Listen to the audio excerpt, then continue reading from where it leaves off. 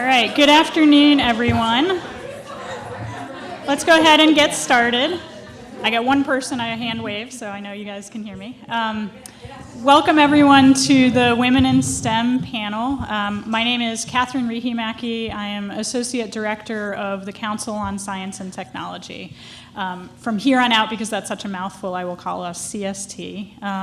And some of you saw on the way in, we have an information table about some of what we do and the ability to sign up for our newsletter.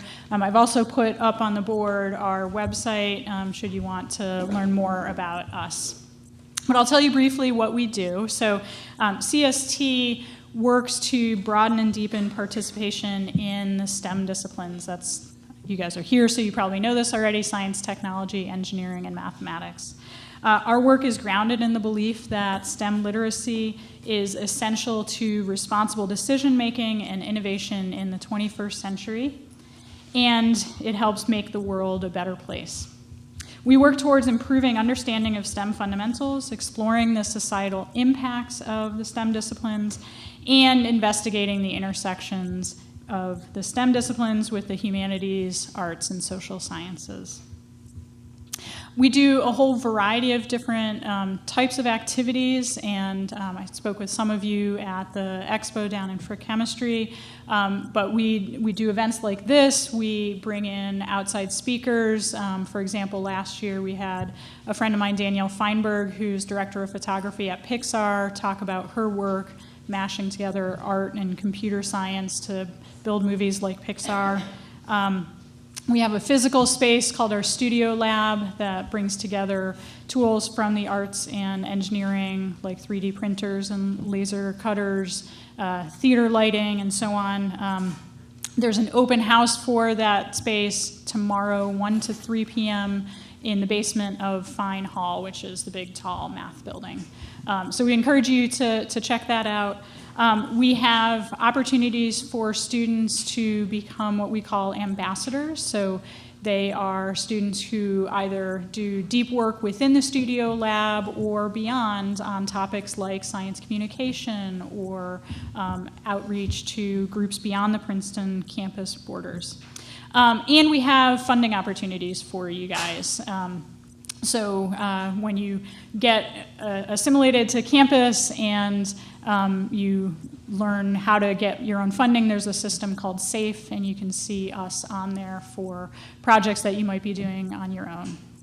Finally, you may see us in some of your courses. So my colleagues and I may be instructors in some of your courses, or maybe course advisors working kind of behind the scenes, generally on courses that are trying to bring science and engineering to people across the campus. And so that's often courses that are open to science and engineer majors, but also social scientists and humanities majors. And we do projects along those lines. So if you are interested to learn more, many of you have already done this, but there's a sign-up sheet for our newsletter out at the table. Please sign up because we have exciting things going on each week. All right, so it is my pleasure to be the moderator today, and I will stop talking because we have some wonderful women here to speak to you about their experiences, their pathways through STEM, and a little bit of advice to you moving forward, and then we'll hopefully leave plenty of time for questions that you guys may have for us. So we have Liz Davidson, who's a graduate student in mechanical and aerospace engineering, Claire Gamakel, who is a professor in electrical engineering. We have Olga Rysakovsky, who is in computer science, faculty member in computer science, Cassie Stoddard, faculty member in ecology and evolutionary biology, and finally Zoe Zeitler, who is class of 2020. Okay, so what we've asked is for each of them to spend about 5 minutes talking about their paths through their careers and one piece of advice to you.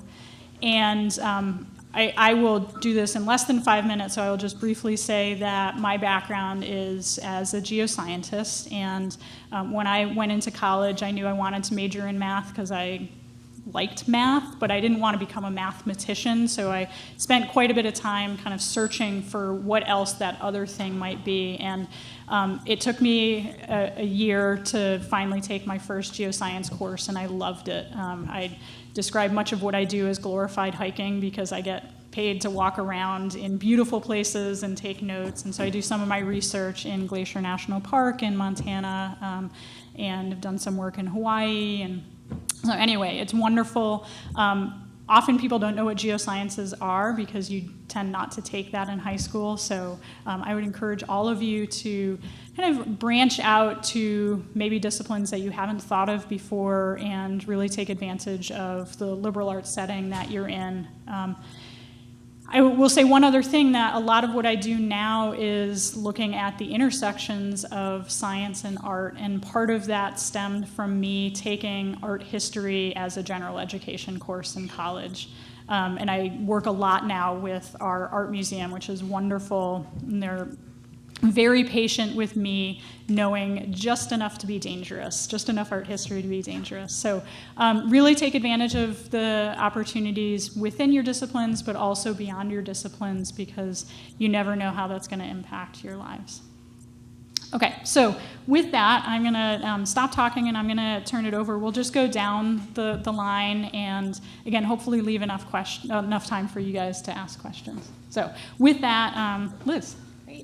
Hi, so I'm Liz Davidson. I am a fourth-year grad student, incoming fifth year, it's a strange change, in mechanical and aerospace engineering here. As an undergrad, I majored in physics, but I actually didn't start out as a physics major. I started out undeclared, and I was deciding between physics and creative writing.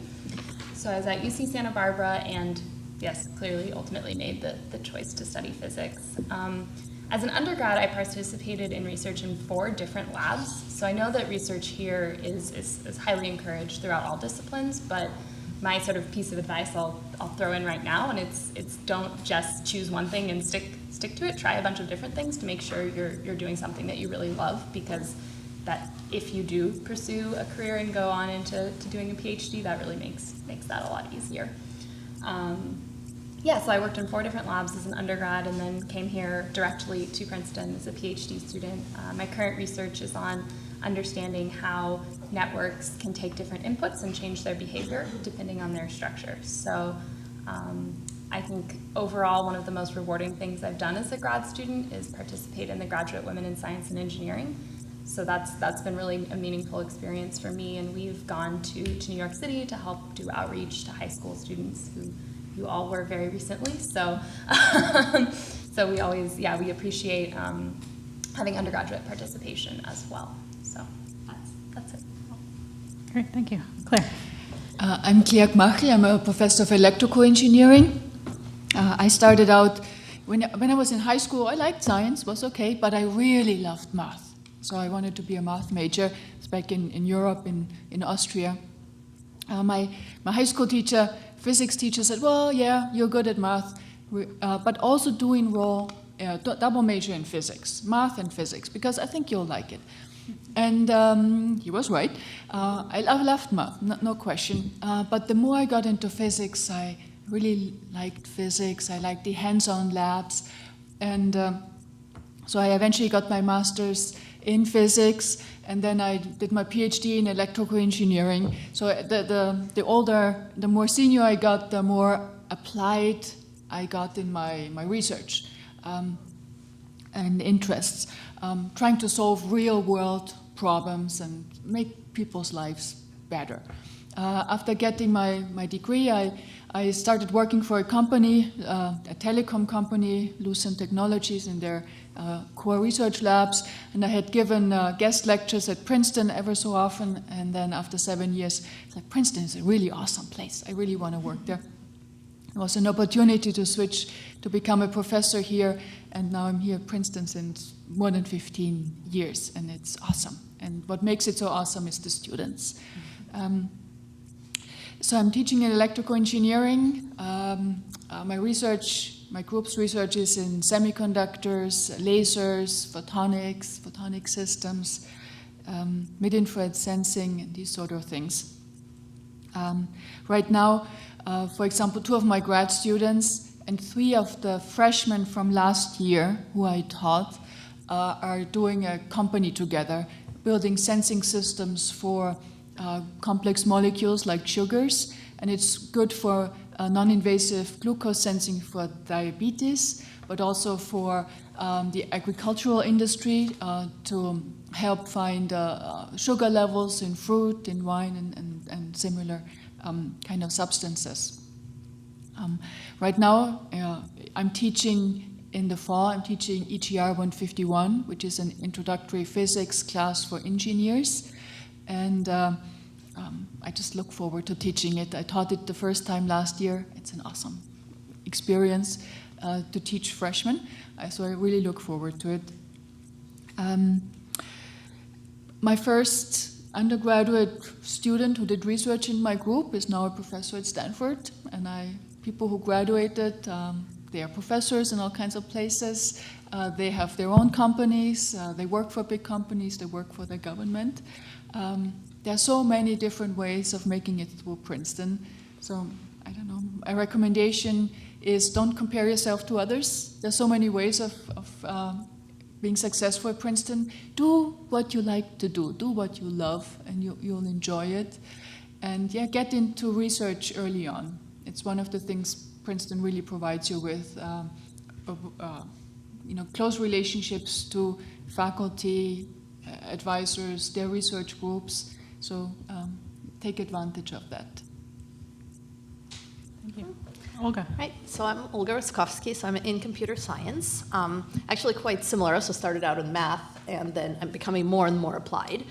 So my undergrad, I came to college, wanted to do math. I did a math degree, and then got involved in research, and the research I got involved in was the computer science, actually computational biology research, computational genomics, because it's hard to get involved in math research as an undergrad. And then from that, I realized I don't really like the biology part of it. I like the machine learning part of it. And so I came to grad school to do research in machine learning. And I now work in computer vision, actually, which is essentially using machine learning techniques to build systems that can understand pictures or videos, sort of understand what is going on in a picture. And so that's what my research is about. That's what my lab does. There are several kind of, I think, very interesting questions that are coming up now, especially around fairness in artificial intelligence and in computer vision. Now that some of these systems are deployed in the real world. So, for example, we're using, the new iPhone face recognition technology that sort of unlocks your phone with by looking at your face and things like that. But there's questions about gender and race representation, and whether these technologies are actually equally good for all. So it's, for example, been shown that this technology works better on lighter skin tones and darker skin tones. And what does this mean as these systems become part of our daily lives? What does it mean if they're actually working better, making sort of decisions differently for people of different races or genders? And so that's one of the directions that I'm really looking at now in a fair amount of detail.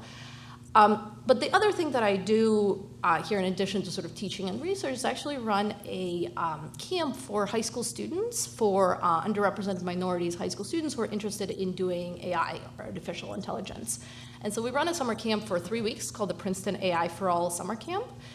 AI for All being a foundation that actually started a couple of years ago, whose mission is dedicated to diversity and inclusion in AI.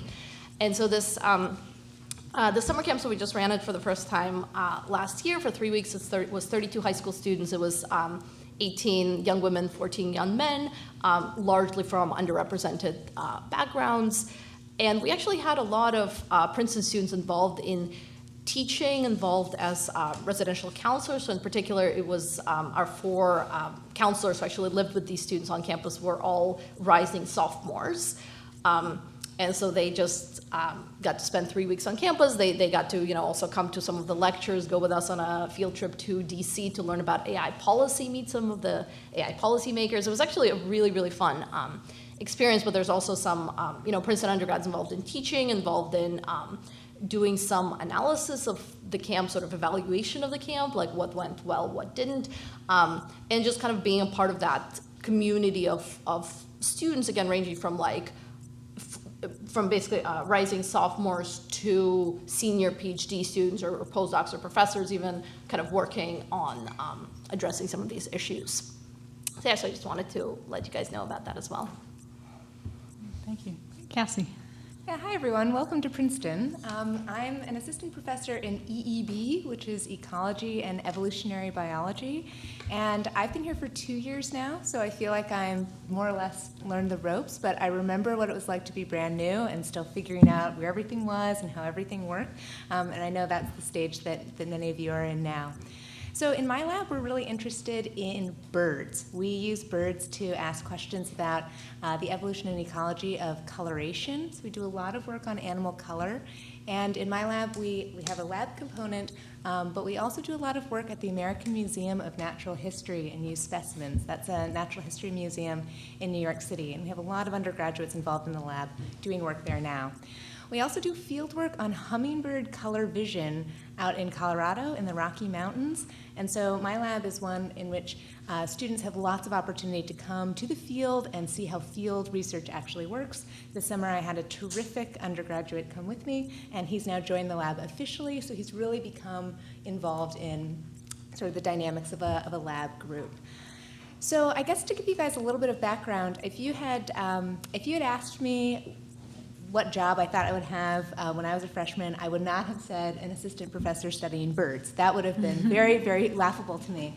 But when I was a freshman, I had a lot of broad interests, and I imagine that many of us did, and many of you do as well. So I loved biology, but I also really liked literature and art history and environmental law. And so I started to try a lot of things, and I think that's something that many of us have found to be really, really helpful. And I ended up enrolling in a freshman seminar course. I was an undergraduate at Yale. And this freshman seminar course allowed us to do research in the natural history collections of Yale's Natural History Museum. And I ended up first doing a project on a very unusual kind of butterfly, and then my second project for the class was on bird color vision and color evolution. And I became totally hooked and totally obsessed with these bird questions, and I was able to join a lab and stay pretty much in that lab for most of my time as an undergraduate. That said, I really did want to try other things because I was worried that maybe I had stumbled upon something that I liked, but I hadn't pushed myself to look at other things. And so to do that, I did try to take a lot of different classes, and I used my summers to really explore new avenues. And so my piece of advice to you guys would be to use your summers wisely. Princeton has tons of funding for you to go out and do pretty much whatever you can imagine. And so when I was an undergraduate, I took a field course on tropical ecology down in Costa Rica. I spent 3 months on a little island off the coast of Maine, studying avian sea ecology there, and a number of other things that I was able to sort of squeeze in. And so if you can think ahead, you've got these 3 fundable summers to explore your horizons. Plan for that, and use those summers to try things that you might not be exposed to here on campus. I guess I would just end by saying that in EEB, but this is broadly true at Princeton, there are many ways to get involved in research as an undergraduate, but sometimes it can be really unclear how you actually do it.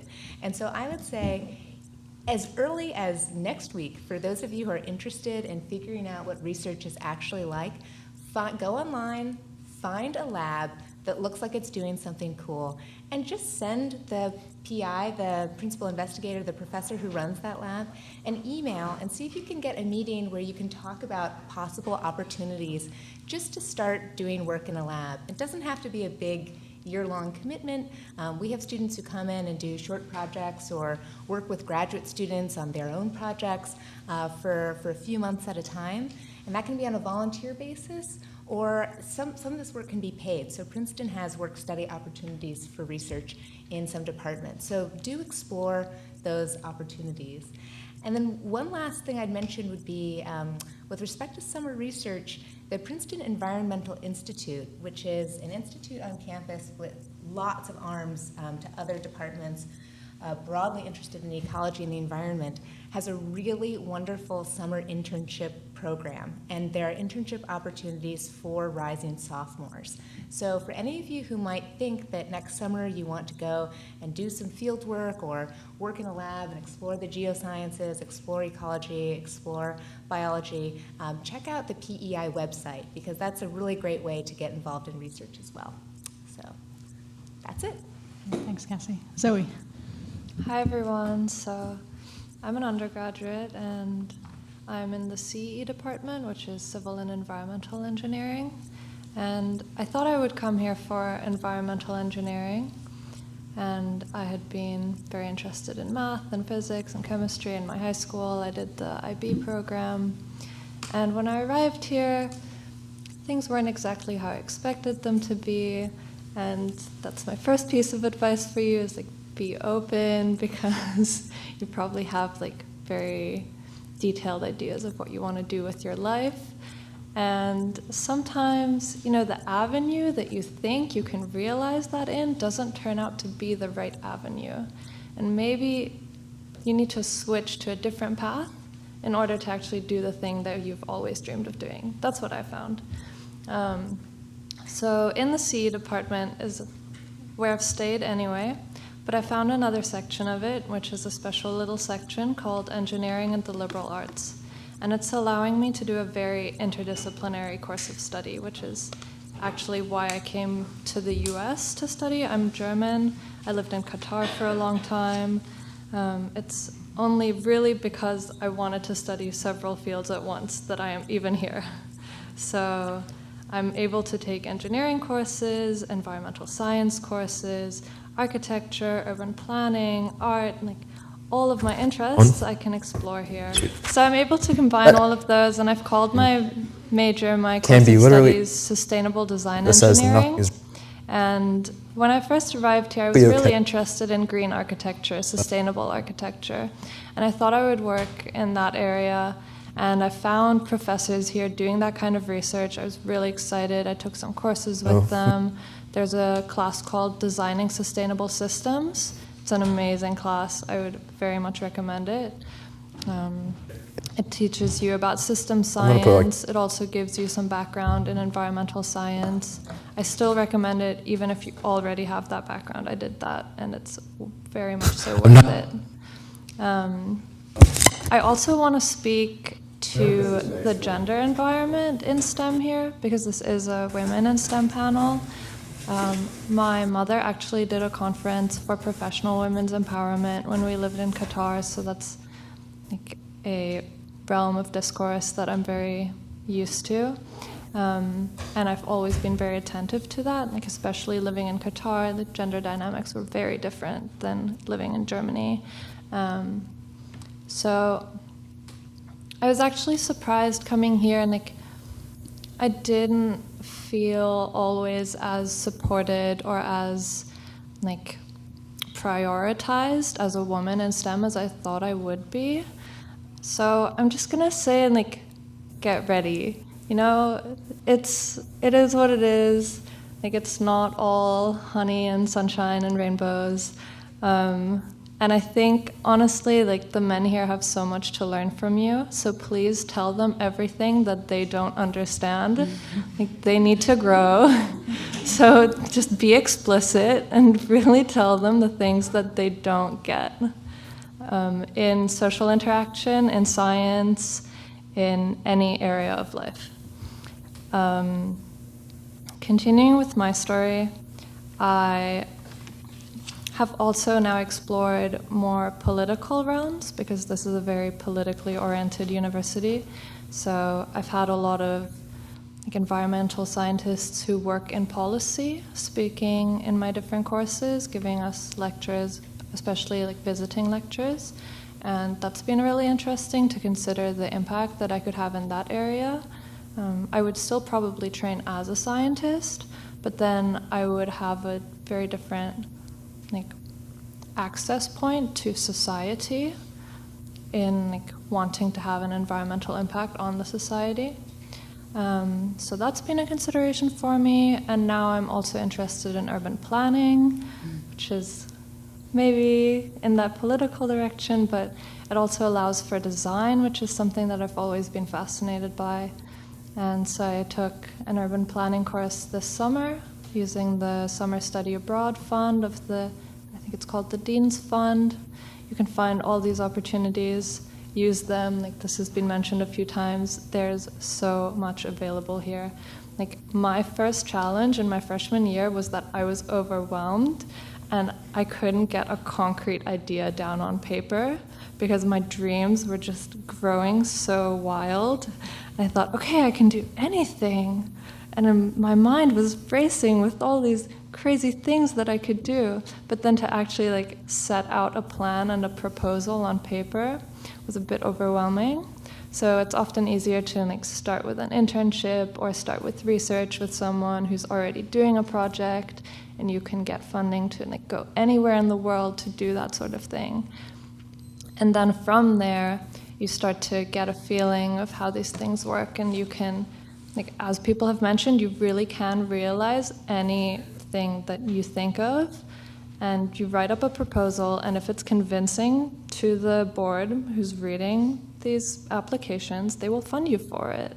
And I've heard of people doing the most stunning projects that way. So just start thinking about it and make sure you write down your ideas in your journal. I think this is something that I keep telling myself I should do because I know it's a great thing, but I'm going to tell you so you can be smarter than me and do it. Like write down all your ideas, because at some point you'll have something come up and think, oh yeah, that's exactly the right thing for this and this idea. And then you'll already have some concrete parts to it. I'll stop there, but I'm ready for questions. All right, thank you, everyone. Okay, I'm going to steal the wireless mic, if I can get it out of here, and open it up to questions from you guys. And you can still hear through this mic, right? Ask you to speak into the microphone so that everyone can hear. So questions from you guys. I think there's a lot to think about.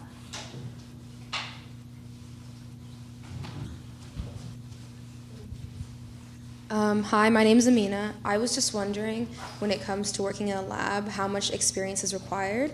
I'm interested in maybe computer science and cognitive science, and I don't have that much experience, but I feel like just the process of working in a lab would provide a lot of. Thank you. I think there's different projects. So I think, building off what Cassie said about emailing professors, so I actually would strongly urge you to come to office hours instead of emailing us, because I tend to not be the best at replying to emails. But you're always welcome to come to office hours, and I would actually really recommend that.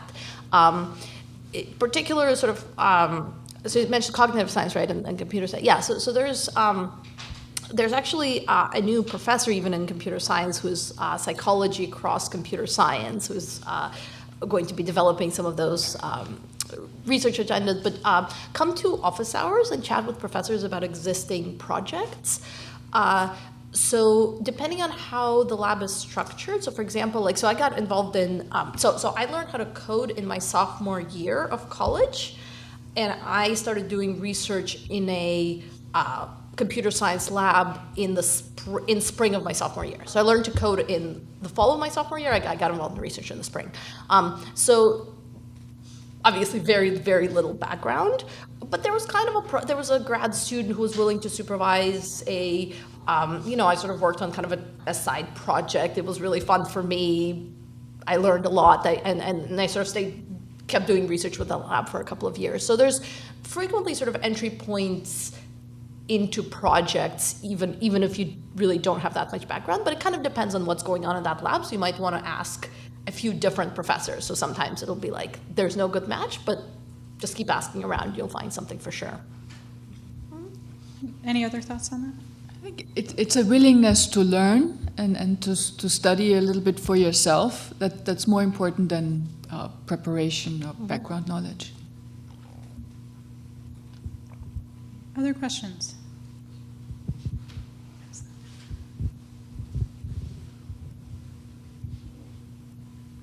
Hi, I was just wondering, you mentioned those summer programs or summer internships that we could go to different countries or do different opportunities. So when is a good time to start like writing those applications or like finding those opportunities and like really setting down which ones you want to do? As soon as possible. Like, there are due dates in December. There are also later due dates if you don't want to start that early. But if you want to, you can start right now. You can look at IIP has international programs. You can check on SAFE. That's where like people will post the current funding opportunities. And just go to a lot of different like info sessions. They'll give you all the information you need. Yeah. Thank you. Yeah, I would just add to that the ones I mentioned for the Princeton Environmental Institute, they also have a really great website. They fund about 100 students every summer, so it's quite extensive, and you can see what projects were funded in the past.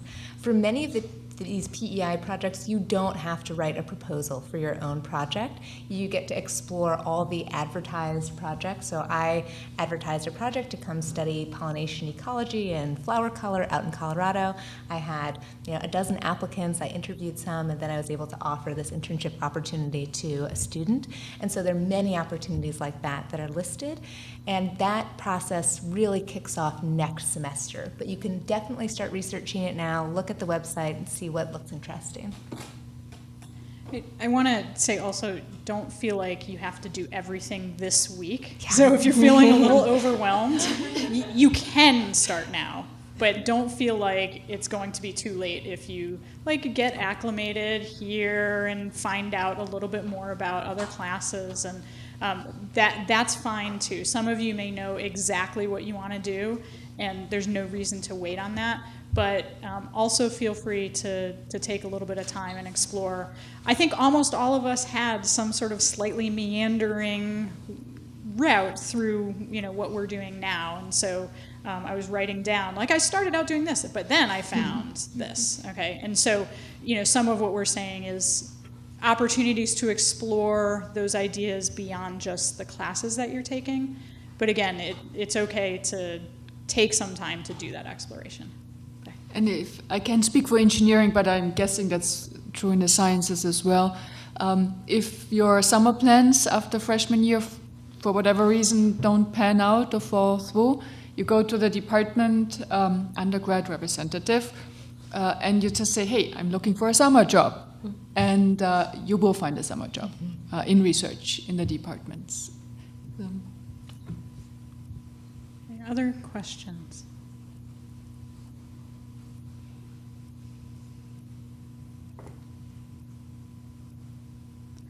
I'm going to ask a question that has been asked previously in this forum, which is, how do you guys think they should go about deciding what they want to major in?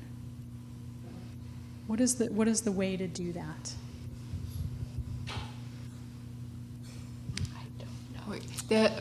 I don't know. Well, first of all, there will be tons of orientation and events, open houses, department open houses, twice, 3 times through your fall and spring semester, for engineering at least. Talk to students who are in fields that interest you, and then, at least for engineering, try in the spring semester of freshman year to take a class already in the major that you think you want to go into. And that allows you to decide, yeah, that's exactly what I was hoping for, what I was thinking, or maybe not. And so try to pull one of those higher level classes up earlier. And most departments are geared toward allowing that.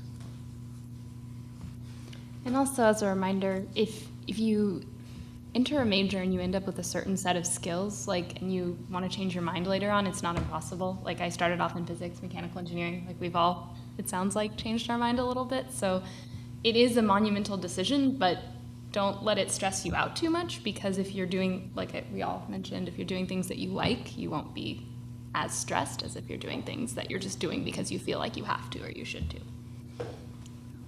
I think it's trial and error, just explore. The worst thing that you can do is be too set on one thing from the beginning and not try out more things. So just see, like, even if you think you already have your decision, think of the next 3 things that would also maybe interest you and try them. And you'll just see from your experience what interests you, what gets you, and what you're excited about. I would just add to all, I agree with all of that advice, and I teach an upper level sensory ecology class in EEB, and if an interested sophomore emails me and says this is something I really am passionate about, I want to get into this class, I always make room for that student. So I think that is a great way to learn about what the major is really going to be about before you get to your junior year. And then I would add that when I was trying to decide what my major would be, I remember feeling like I was making a decision that would affect what I did, my career, my entire future. And certainly the major that you choose will equip you with certain skills that will make possible many different career options, but it does not lock you into a particular career path. And Princeton prides itself on training you to think well and think broadly. And so I want you to feel like whatever major you choose is going to open so many doors down the line, and it's important, I think, that you just do something you really enjoy and not something that you think is going to be, the most strategic for getting you to where you need to go. I have a lot of students in EEB who are bound for medical school and have decided that they just love studying ecology and evolution, and they feel like that's where they need to be. They still know they're going to be broadly trained to go on to do what they want in the future. Okay, have we loosened up? More questions?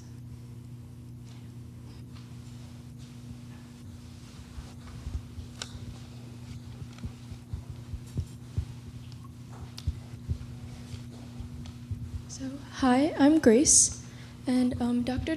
Riihimaki, when earlier you said something about like going to the department, like something about undergraduates, and then asking for a summer job, I don't really know like what you mean by that. Could you like clarify? Every department has one of the faculty is designated the undergraduate representative, and that's someone who is basically a little bit in charge of the schedules of study courses of all the undergrads enrolled in that department. Once you choose that major. And it's a good person to go to if you have questions about that department. Other good people will be instructors in your courses, or folks that you look up on the web page and say, really like your research field. Okay, so if your summer course, if you have plans for the summer and they fall through at the last minute, or you did not get to write the proposals you wanted, or if you approach those representatives and say, look, I'm still looking for a summer research opportunity, and it's April or May, they will email out to their department and say, hey, we have a student who is still looking for a summer job.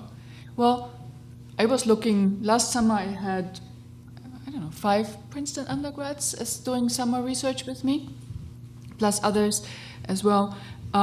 But several turned me down because, people applied to 3 or 4 summer jobs. And so I had open positions, so I can, easily accommodate someone last minute. So it's, I think it was in response to, when should we think about summers, right?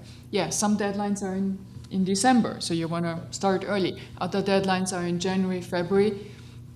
But if neither one of those deadlines work out, there will be still summer jobs, paid summer jobs, well-paid summer jobs on campus.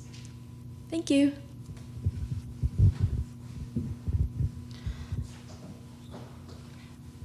So maybe I'll say one more thing quickly, actually, off of that.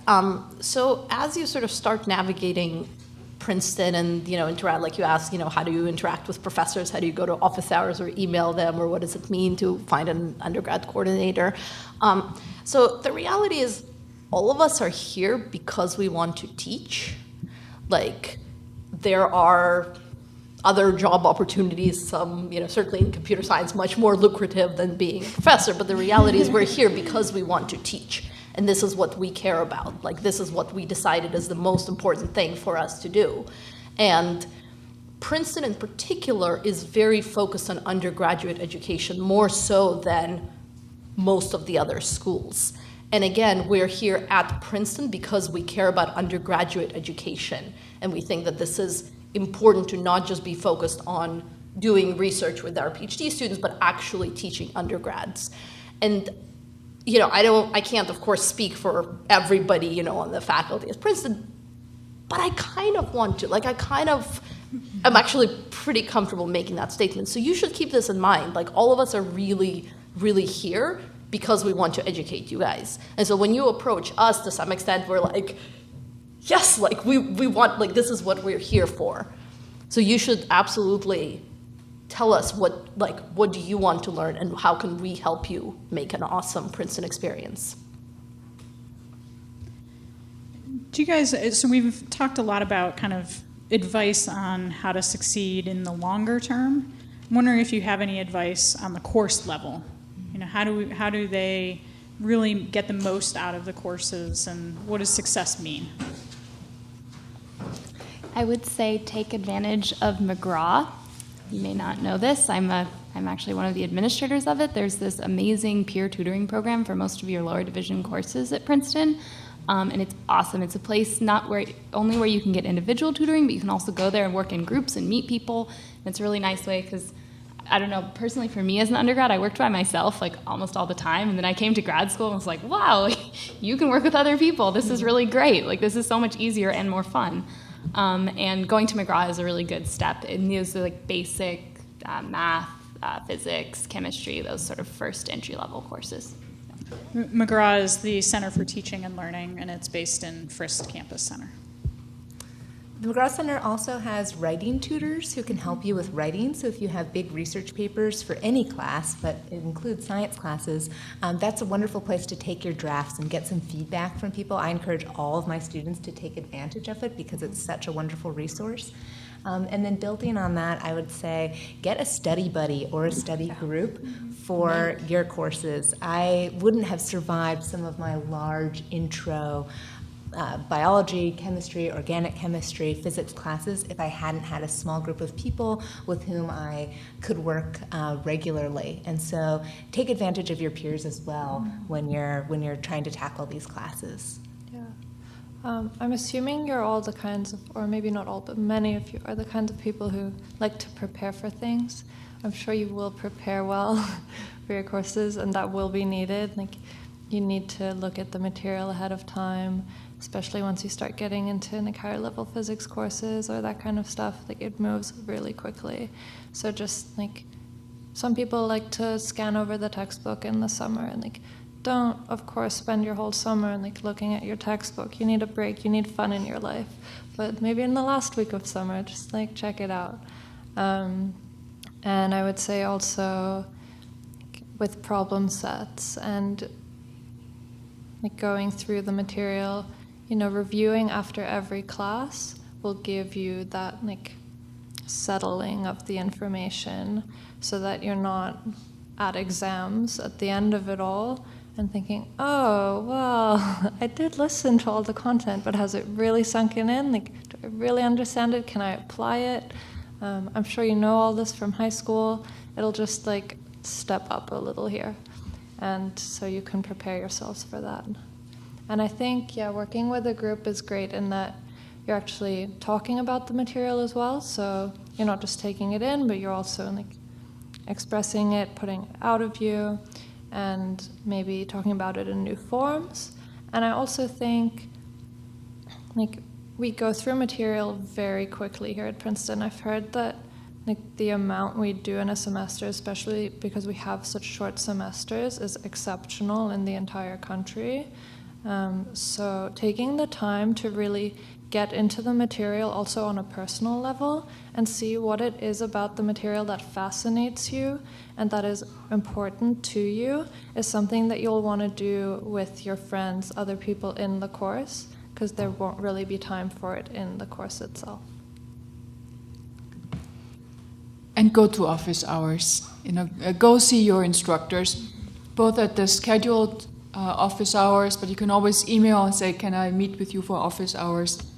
And you walk in and say, look, when you mentioned, topic, I just could not follow. Could you please repeat it? And then you get a one-on-one or small group explanation that you can in real time ask questions. Or you come with that problem set and say, I do not know how to do problem 5. And you walk out of that office with problem 5 done, or almost done. So professors like to hear themselves talk. So yes, we do. You do us a favor if you show up in the office for office hours and ask questions. And it's a great feedback. You're doing your colleagues a big favor too, because it's feedback to the instructor on what was, easy to understand, where are misconceptions, and so to take advantage of that too. And so I'll also say, I'll also say very quickly, I'm sure this won't apply to any of you, but when I was in college, I definitely overshot with some courses where I took courses that I was not prepared for and did poorly in them. And back then, what I did was I hid in my room and panicked about this quietly and got really embarrassed that I was struggling in the course. And this is so the wrong thing to do. And now as a professor, oh my God, I see when students are struggling, and sometimes if I notice, I'll email them and I'll say, I notice you're struggling, do you want to come talk to me? What can I do to help? And frequently the students don't reply to that email. And that's just heartbreaking. We want to help. And of course you're going to sometimes take a course that's, you didn't take, I took a course for which I didn't take the prerequisites because I thought it would be fine, but it wasn't fine. But there's all of these things that, we can help, and we can help work through that, and we can help figure, speaking of McGraw, there are actually you can get a tutor assigned to you if you're really struggling in a course who will help you directly with that course. There's all these things that we can absolutely help you with, but please don't hide in your room and get embarrassed about it and just never ask for help. I do want to add, I don't want you to get the wrong impression. Not all professors will message you. Yes. If you're struggling, that's pretty exceptional. So be ready for professors who are also very busy with their research.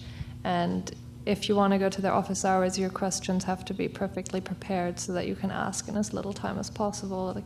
There are many different kinds of professors here. No, that's true. And I will email some too, but I'll sometimes notice it, 2 months later, and they could have emailed me 2 months earlier to say that they're struggling, but suddenly, I look at the grade sheet, I'm like, oh my God, what is going on? Let me reach out. But yeah, absolutely. Yeah, and building also off of the office hours comment, I remember my freshman year going into physics and not having any really any physics background, and I was working hard and keeping up with the material, but every so often on a homework set, there'd be a really hard problem, and one of my classmates would just know how to do it. I was like, man, this classmate is really, really smart. And it wasn't until the next quarter, basically, I found out they were just always going to office hours, and that's how they always knew. So it's just so you know, that's definitely a really key thing to do.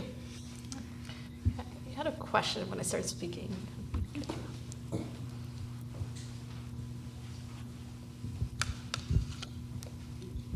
This is more EEB specific because I'm a prospective concentrator, but ultimately, post-grad, I'm more interested in policy work and with environmental justice and things like that. So I was just wondering if there are any research opportunities that more directly deal with environmental issues.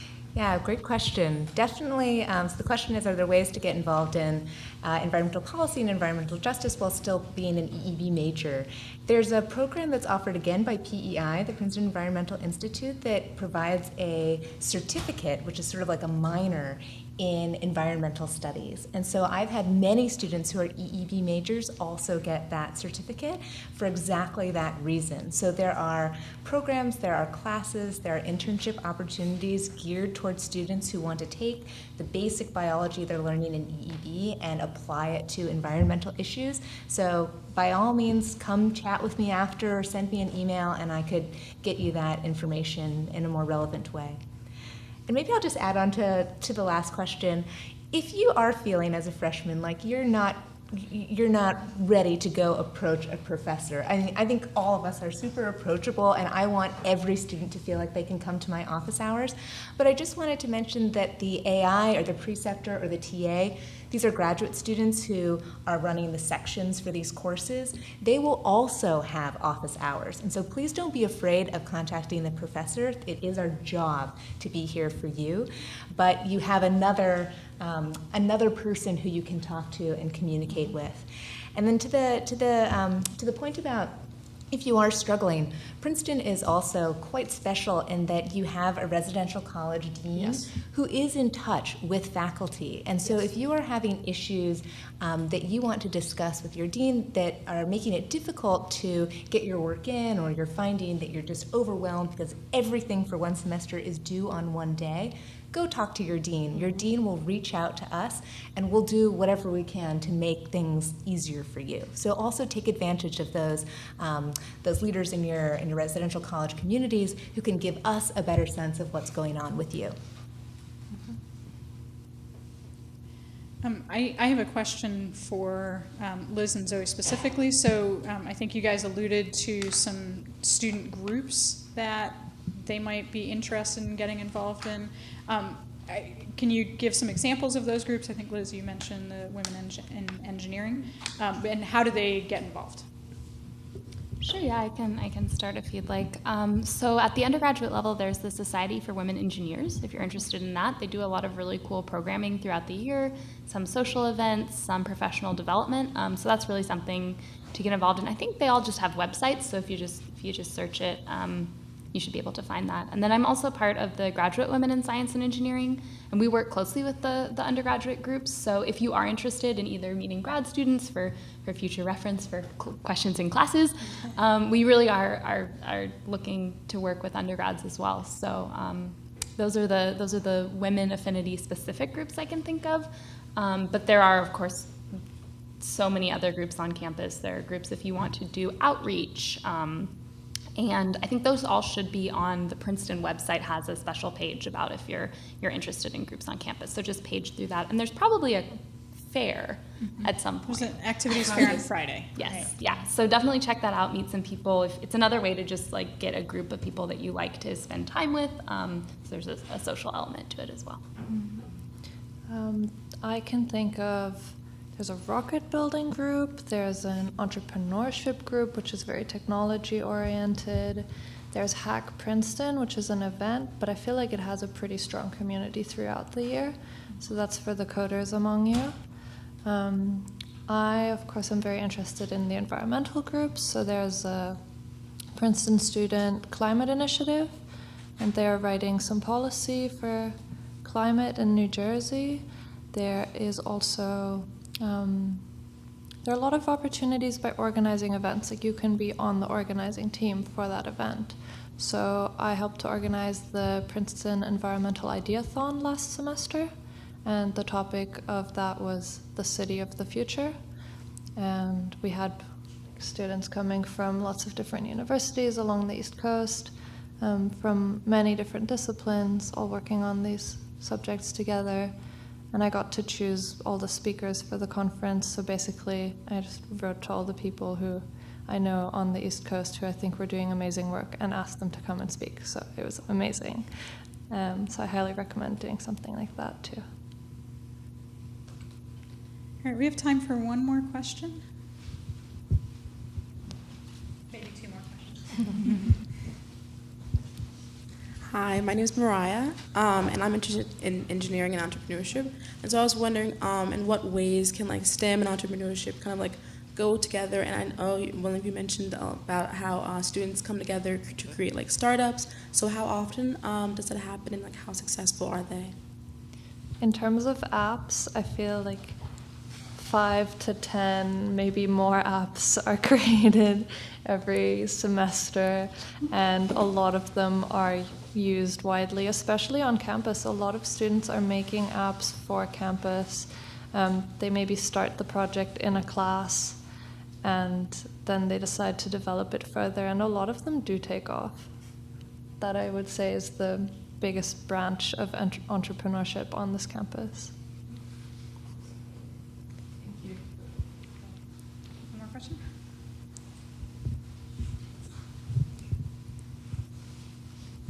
Do you believe there's a disproportionate gap between men and women in STEM at Princeton? And if so, what is the effect of that?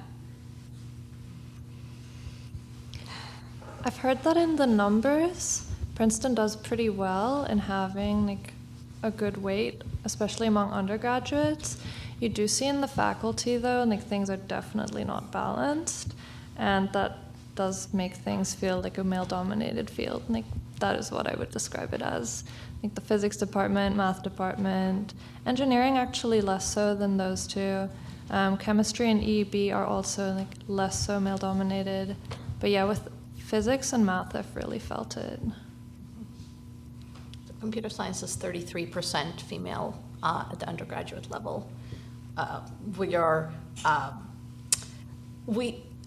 Compared to other departments, we have a lot more female faculty, and to me, as being part of the faculty, it actually feels like we're much more diverse than any other like environment that I've been a part of. That being said, we're at, I don't know, 25% female faculty, probably less than that. I think less than that, 20% maybe. I think we're 9 out of 44 female faculty, but it feels like we have a large presence because this is much more than at other schools. There's a lot of, I mean, there's a lot that can be said about this. There's a lot of efforts to try to create, and I mean, I can speak about computer science in general. I mean, there's a lot of efforts to try to create a more inclusive culture, and this is not just necessarily focused on gender, but focused on, for example, people who come in to computer science who haven't really done computer science before, and there the sort of gender disparities tend to be amplified because boys tend to start coding earlier than girls, and so there's sort of focus on, for example, making students who are very new to computer science feel included, and so there are sort of special precepts in the introductory computer science class specifically for students who haven't done programming before. And so there's kind of efforts like that to build a more cohesive community, not necessarily kind of every time focusing on gender, but focusing on some of the other angles that are correlated with gender. But yeah, there's definitely an imbalance. I think I want to just finish by saying that, you know, hopefully you get a sense that everyone up here and across the campus wants to see you succeed. And so, you know, I think it was said before, don't suffer in silence. I think, you know, push yourself, but if you feel like you need that longer precept, don't let your pride prevent you from taking the longer precepts. And if you're struggling, you know, reach out, because we do want each and every one of you to be successful in whatever it is that you want to do. And there's a huge opportunity here at Princeton to really customize what it is that you want to do, and that can be incredibly overwhelming. But you know, there are amazing resources here to make that happen, to have the conversations with you, and to provide the resources to really help you dream big and then accomplish it. So I want to thank, Can I say one more thing? Also, one of your greatest resources is actually right here in this room, and it's each other. Like, you're all really amazing. Like, you're here for a reason, and remember that, and link up with people. Like, I see some of you already sitting in groups, but meet people that you haven't met before, because that's something huge. Like, gotta stick together. All right. So with that, I want to thank you guys for coming, and thank the panel for all of these wise words.